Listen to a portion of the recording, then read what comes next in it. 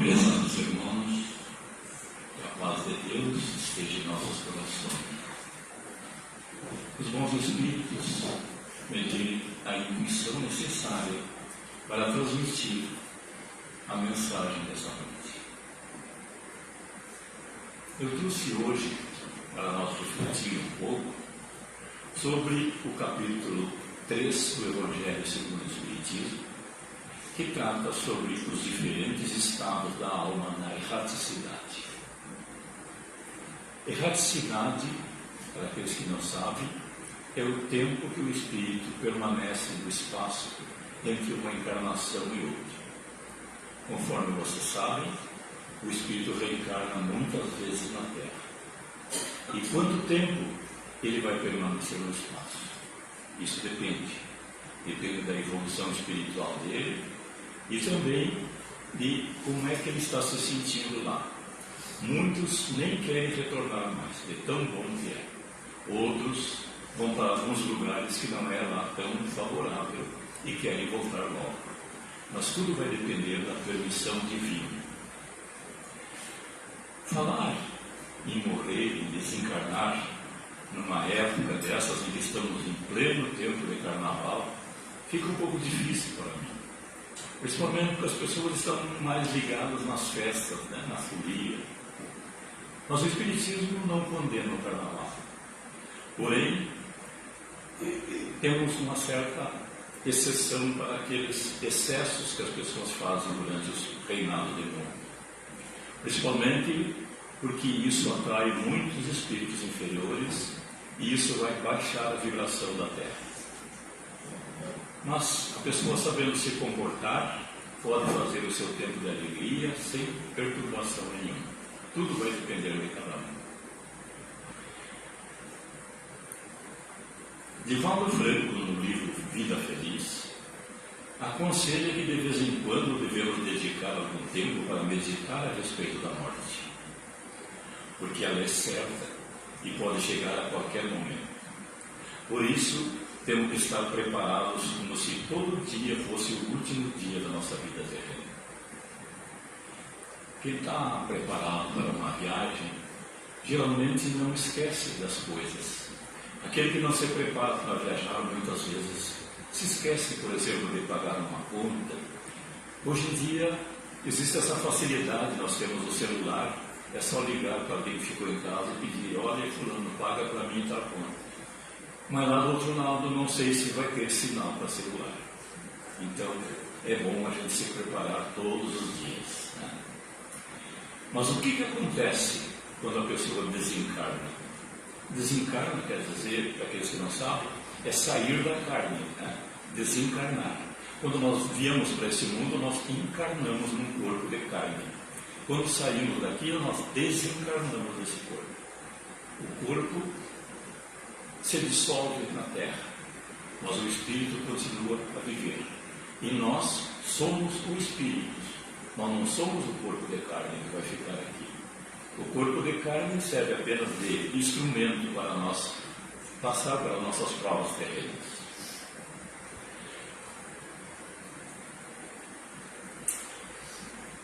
Dizem que os espíritas sofrem menos quando perdem alguém da família. Perder no bom sentido, porque nada se perde, né? Passa para o outro lado e continuam vivos. Mas a gente tem essa mania de dizer que nós perdemos alguém da família. Não há perdido, porque realmente, com certeza, a gente vai se reencontrar novamente, desde que haja amor. Amor é sintonia. E todas aquelas coisas que sintonizam umas com as outras se reencontram novamente. Então, por que os espíritas sofrem menos? Porque eles já estão preparados para essa dissolução. A gente já está sabendo que dia ou outro nós teremos que passar por essa experiência na Terra. E a desencarnação é a hora da verdade. É quando a máscara cai. Quando cai a máscara da hipocrisia de muitas pessoas e mostra o que realmente ela é. Lá do outro lado, ninguém vai perguntar o que nós fazíamos aqui na Terra, qual eram os nossos títulos que nós recebemos. qual era a nossa profissão, quem era rico, quem era pobre, quem era preto, quem era branco, nada disso. Lá todos são iguais. A única bagagem que nós levamos para o outro lado está dentro da nossa consciência. É a nossa consciência que vai nos levar para algum lugar. Tem pessoas que parecem boazinhas quando estão aqui dentro do centro espírita, ou dentro da sua igreja preferida, mas se transformam em feras quando estão de frente à família, ou no local do trabalho, ou quando estão no trânsito. Alguns são dóceis como um animalzinho de estimação, mas se transformam em serpentes venenosas, prontas para atacar se alguém lhe provoca. E essa serpente somos nós. Nós somos o que realmente somos, sem máscaras. Aquilo que está dentro do nosso coração é aquilo que nós somos. E para onde nós iremos após desencarnar? Disse Jesus, cada um de acordo com as suas obras. Ou seja, iremos para onde vibrar o nosso coração, para onde vibrar o nosso espírito. E o Espiritismo nos revela, através daqueles que já atravessaram as fronteiras da vida terrena, que seremos atraídos para uma das regiões espirituais que existem ao redor da Terra, de acordo cada um com a sua vibração espiritual ou moral. No livro Cidades do Além, diz que existem 7 regiões ao redor da Terra, sendo que as mais próximas, as 3 primeiras, são denominadas de umbrais por André Luiz. Existe o umbral inferior, médio e o umbral superior. E onde é o umbral inferior? Também é conhecido como zonas abismais. É para onde são atraídos espíritos endurecidos e muito maus. Uma região trevosa, com muita lama e sofrimento. Lá não existem habitações e os espíritos vivem em cavernas, escondendo-se das feras horríveis que os perseguem a todo momento. E noção, meus irmãos, deve ser onde disse Jesus que lá haverá ranger de dentes. Muito choro e ranger de dentes, disse Jesus. Mas temos também o médio umbral, onde estão os espíritos num estágio melhor que reconhecer os seus erros e estão arrependidos. Lá já existe uma vegetação e algumas habitações, embora muito precárias. Eu tenho a impressão que a maioria de nós vamos ter esse médio umbral. Pelo menos eu acho que estou indo para lá. E depois temos o umbral superior, que é onde estão as colônias espirituais e verdadeiras cidades como o nosso lar, escrito por André Luiz, onde os espíritos trabalham e estudam enquanto aguardam para reencarnar novamente. Acima dessas regiões dos umbrais é onde habitam os espíritos benfeitores que nós auxiliam, nós temos sempre pedindo pelo nosso anjo da guarda, pelo nosso espírito benfeitor.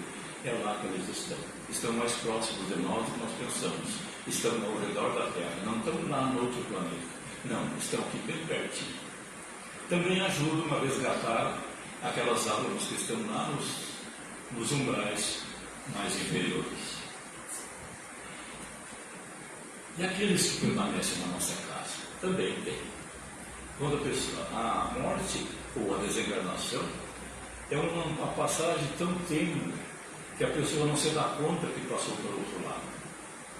Então, muitas vezes, ele continua a frequentar o lar, frequentar seu local de trabalho, porém, se perturba, muitas vezes, porque ele fala com as pessoas e ninguém responde. Então, muitos acham que estão sonhando. E, realmente, quando nós sonhamos, o nosso sonho é a emancipação da alma. Ou seja, nós desprendemos do corpo físico. O corpo físico fica ali, uma vida vegetativa, dormindo, enquanto nós, espíritos, saímos por aí, passear. Muitas vezes nós encontramos com aqueles entes queridos que já deixamos algum tempo atrás. Muitas vezes esses sonhos são reais e muitas vezes também pode ser alguma coisa da nossa própria imaginação. mas na maioria deles são sonhos reais, principalmente quando são muito lógicos e muito claros para nós. Muitas vezes nós sonhamos com vidas passadas, coisas que nós passamos nas vidas passadas. Quantas vezes eu, por exemplo, sonhei que estava indo para Júlio de Castilho, vamos ter um exemplo. Só que aquele Júlio de Castilho não é o mesmo que eu conheço hoje.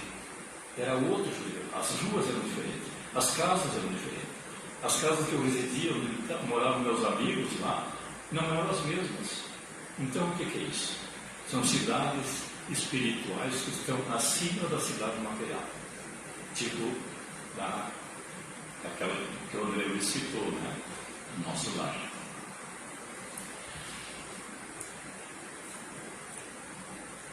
Então, o que fizemos com esses espíritos que ficam no nosso lar? Também aqueles que são muito apegados à matéria, apegados às suas coisas, não querem que mexam nas suas coisas. Vocês imaginam aquela pessoa que não aceitava que ninguém pegasse o seu carro, né? Não emprestava para ninguém, filho nenhum pega meu carro. Aqui ninguém tasca, isso é meu e é meu.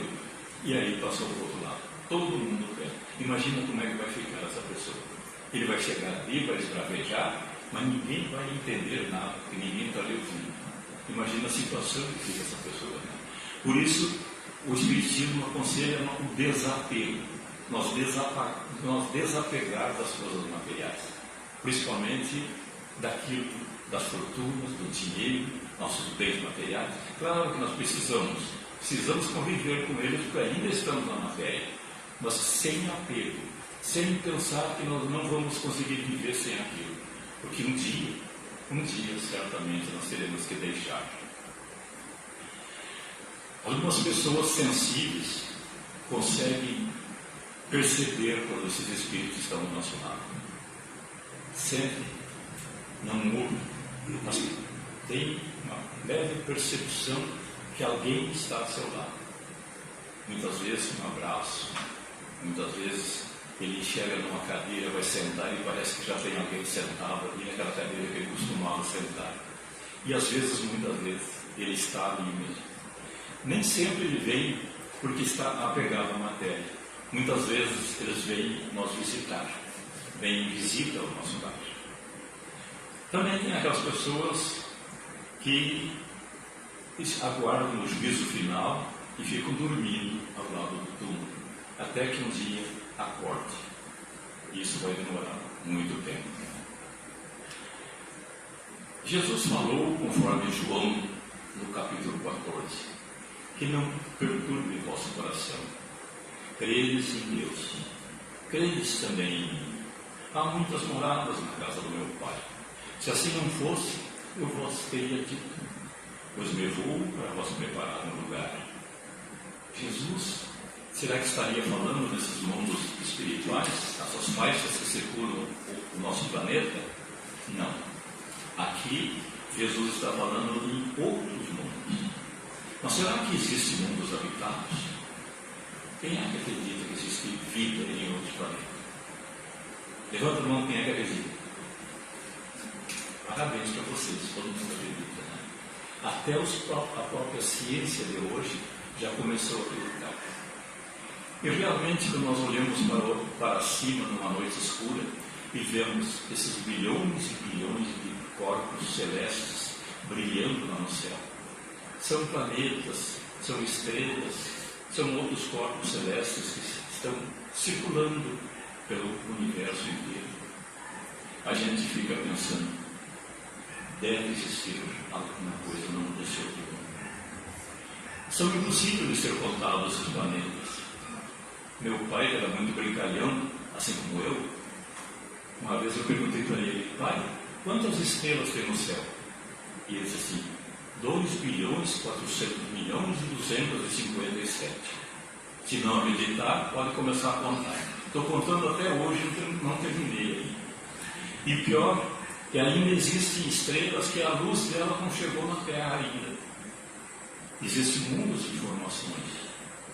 Então, Deus não para nunca.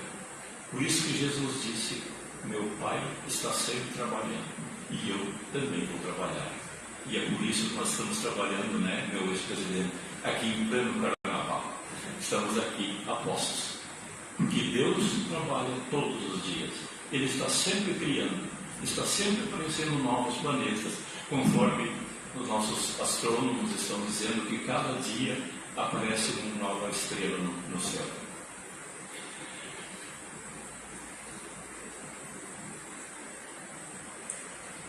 Nossa razão, então, diz que lá existe vida em outros planetas. E na questão 55 do Livro dos Espíritos, Kardec perguntou aos Espíritos se todos os globos do mundo que circulam no espaço são habitados.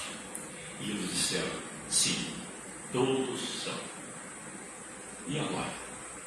Não é que os astronautas não descobriram ninguém em Marte? Será que os Espíritos estão mentindo? Vamos ver o que prossegue no Livro dos Espíritos. Kardec ainda perguntou, a constituição física dos diferentes mundos é a mesma? E eles responderam, de maneira nenhuma. Aí que está a chave da coisa. Então Kardec ainda perguntou, então há uma organização diferente para os seres que habitam outros planetas? Sem dúvida, disseram eles. Assim como no vosso mundo os peixes foram feitos para viver na água, os pássaros no ar. Então, possivelmente os astronautas não tenham captado nenhum tipo de vida em Marte, porque a matéria de Marte é diferenciada da nossa. E pode também que Marte seja um dos planetas que ainda estão em formação. Os Espíritas falam, na questão 234 do Livro dos Espíritos, que existem mundos transitórios, mundos que ainda estão em formação e que servem de repouso para os Espíritos seguir para outros mundos mais distantes. Vocês acham que o Espírito não cansa? Eles também descansam um pouquinho, né? É igual no meu time, né? Que tem que tomar um pouquinho d'água, perde, mas toma água, descansa um pouco, joga outro pouco, e assim vai. E conforme os Espíritos, também existem mundos inferiores e superiores. Kardec classificou esses mundos em 5 tipos. Mundos primitivos, onde habitam espíritos recém-saídos da animalidade. Têm a forma humana, mas sem nenhuma beleza. São rústicos e selvagens. Vivem só para buscar comida e para procriar. Têm inteligência, mas muito rudimentar. Sua lei é a força do Deus. A Terra já pertenceu ao mundo primitivo, quando estava iniciando. Por sinal, parece que ainda existe gente naquela época ainda vivendo aqui na Terra. Né? Nós temos muita gente primitiva vivendo aqui. Depois temos o mundo de expiações e provas, que é o atual estágio da Terra. São mundos onde ainda domina o mal, e por isso os espíritos precisam expiar as suas faltas e passar por provas, além de lutar contra a perversidade dos homens e com a inclemência da natureza. Observe o que nós estamos passando hoje.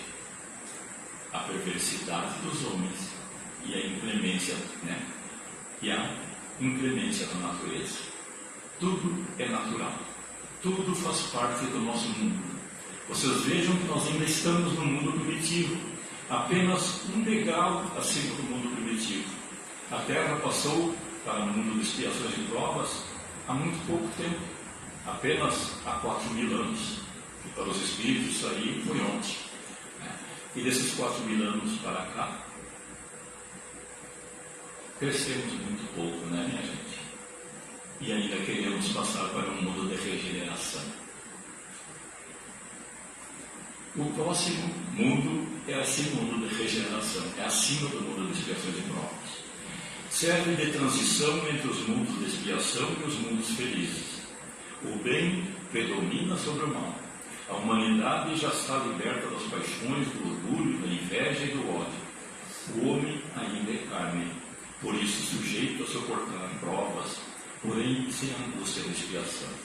Veja que beleza. Que coisa boa para nós passar por esse próximo mundo de regeneração. Não teremos mais doenças. Porém, teremos que ainda enfrentar provas, porque as provas fazem parte da nossa evolução. Conforme os Espíritos nos afirmam, o nosso planeta está num estágio de transição para esse tipo de mundo. para o mundo de regeneração. Porém, como já falei, deve levar muito tempo, porque ainda existe muito mal aqui na Terra. Mas conforme os Espíritos já iniciou a separação do joio e do trigo, aqueles que não se adequarem ao mundo de regeneração serão migrados para os mundos inferiores, tal como aconteceu aos espíritos que vieram de Capela para auxiliar a população progredir. Eles eram seres inteligentes e vieram para a Terra, quando a Terra ainda era um mundo primitivo. E eles ajudaram o nosso planeta a passar para expiações de prova. Porém, eles tinham pouca elevação moral. E é isso a herança que nós tivemos no nosso mundo. Depois temos mundos ditosos ou felizes, que são os mundos que chegaram a um grau superior. A forma corpórea ainda é humana, porém mais bela e, sobretudo, mais purificada.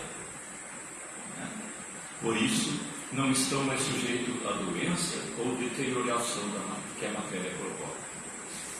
E, por fim, temos mundos celestes ou divinos. São mundos habitados por espíritos puros que já atingiram a perfeição e não precisam mais reencarnar. Então, meus irmãos, isso espero que alguma coisa vocês tenham captado nessa minha mensagem e que dê para nós pensar um pouquinho, que nós precisamos evoluir um pouco a fim de nós poder progredir nessa escalada desses mundos.